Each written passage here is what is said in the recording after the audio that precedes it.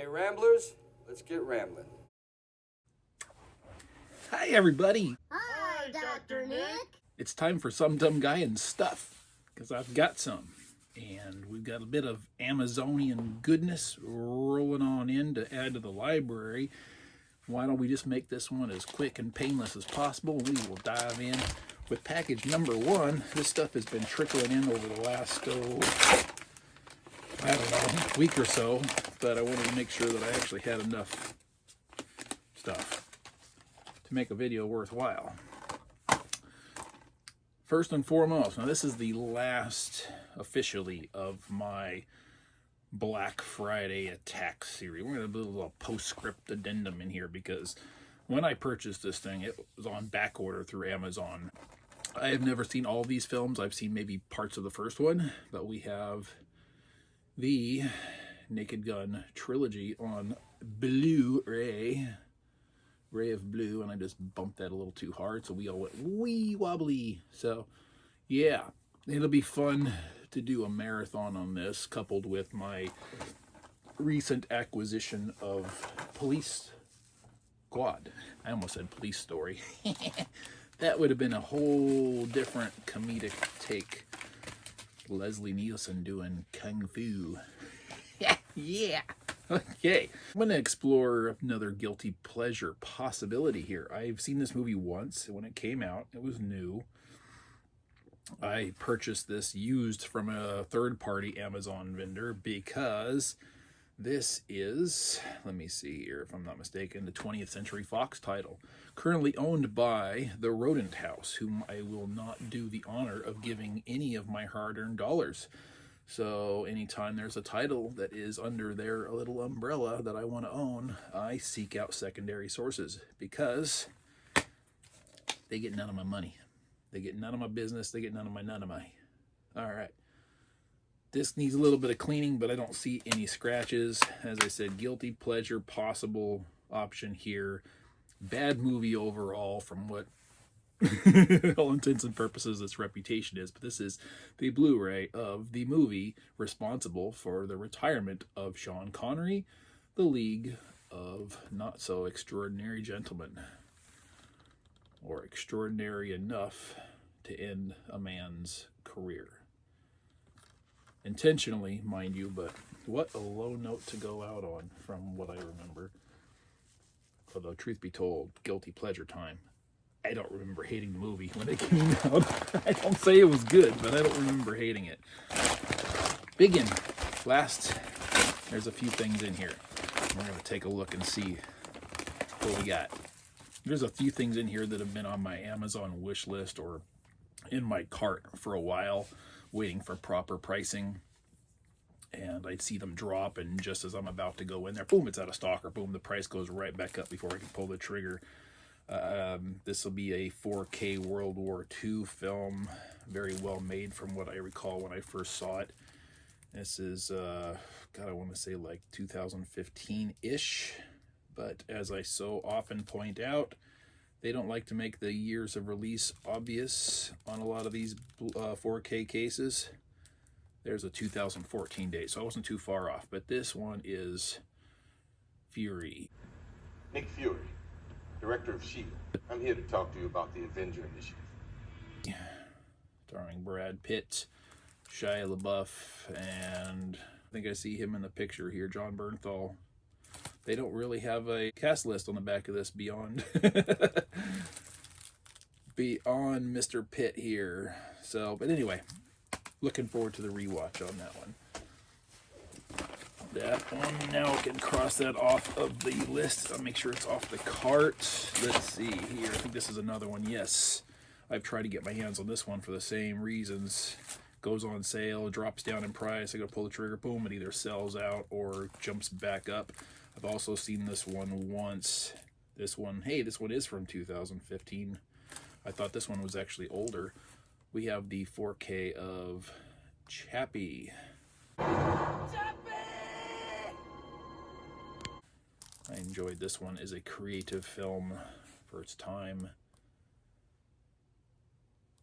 And yeah, enjoyed District 9 as well, which is I think probably why I dove into this one, because I like this man's style of filmmaking. I'm blanking on this man's name. Shame on some dumb guy. Neil Blomkamp. Yeah, I'm hoping he'll expand his horizons a little bit. I don't think I've seen anything of his for quite some time. All right, blind buy time. This was pretty darn good deal. This is a Blu-ray WB Warner Brothers Archive collection. The only thing I think I've actually seen an archive collection actually be a collection, but this is a 4-pack of Alfred Hitchcock films.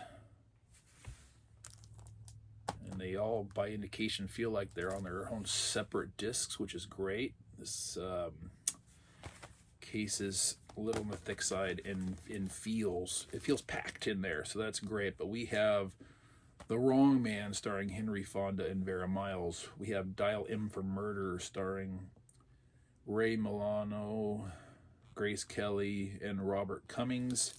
We have I Confess, Montgomery Clift and Ann Baxter, and Suspicion, Cary Grant and Joan Fontaine.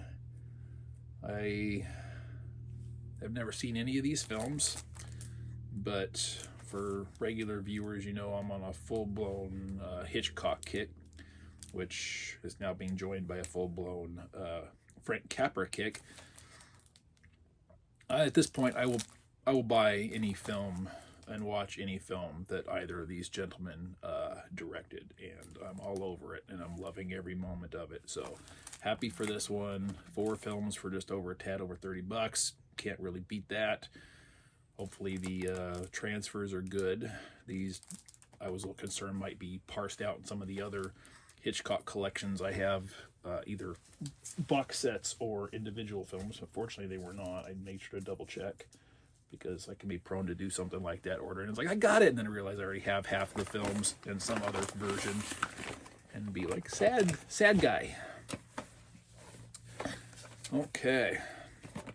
This is going to be one of those crazy purchases that some people like to belittle me for.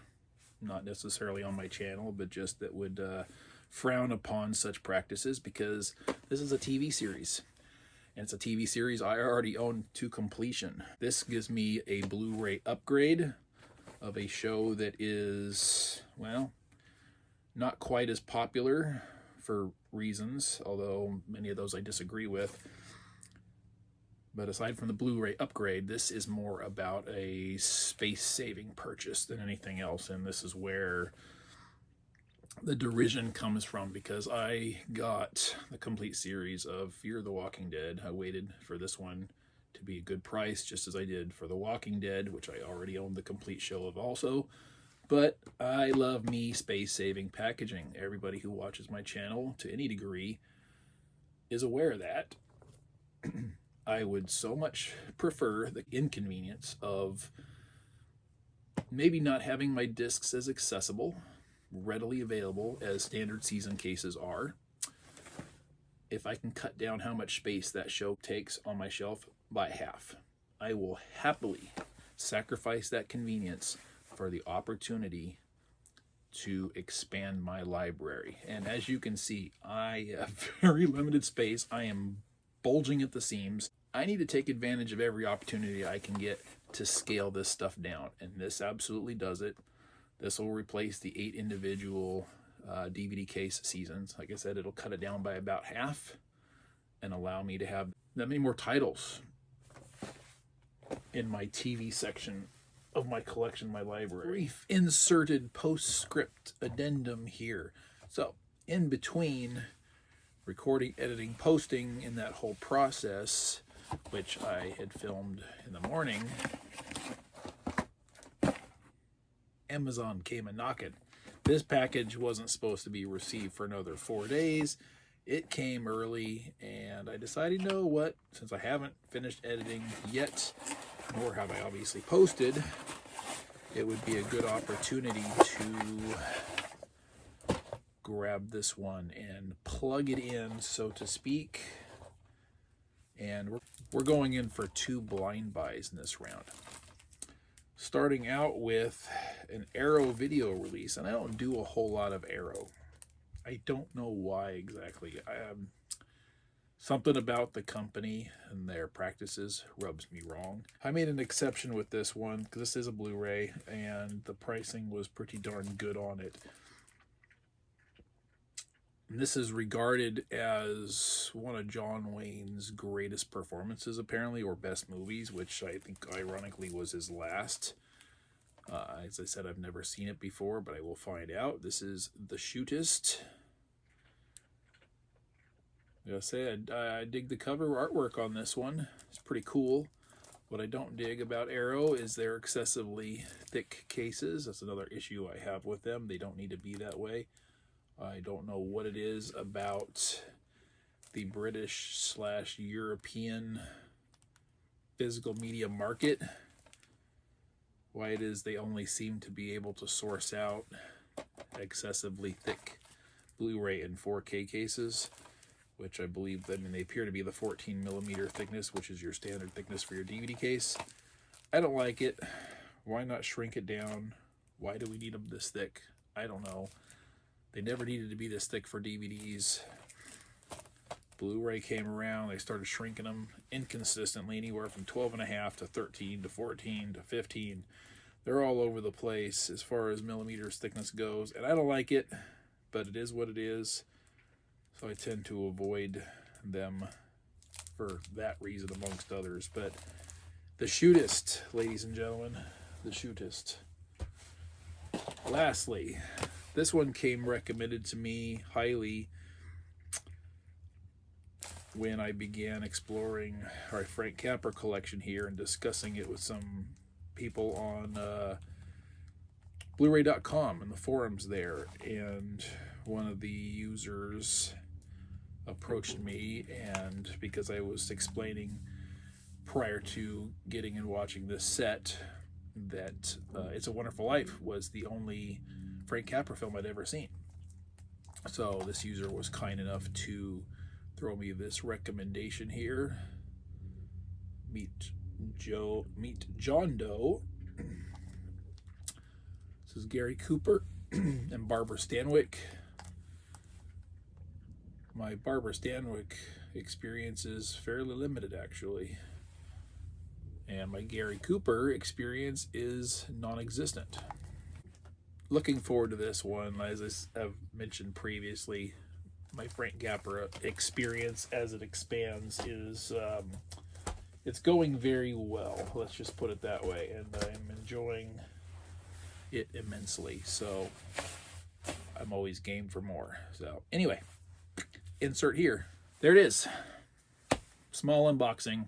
We're done. Brief, short, to the point. And what'd you think? Seen any of these? Own any of these? Watch any of these? Want to yell at me? Whatever.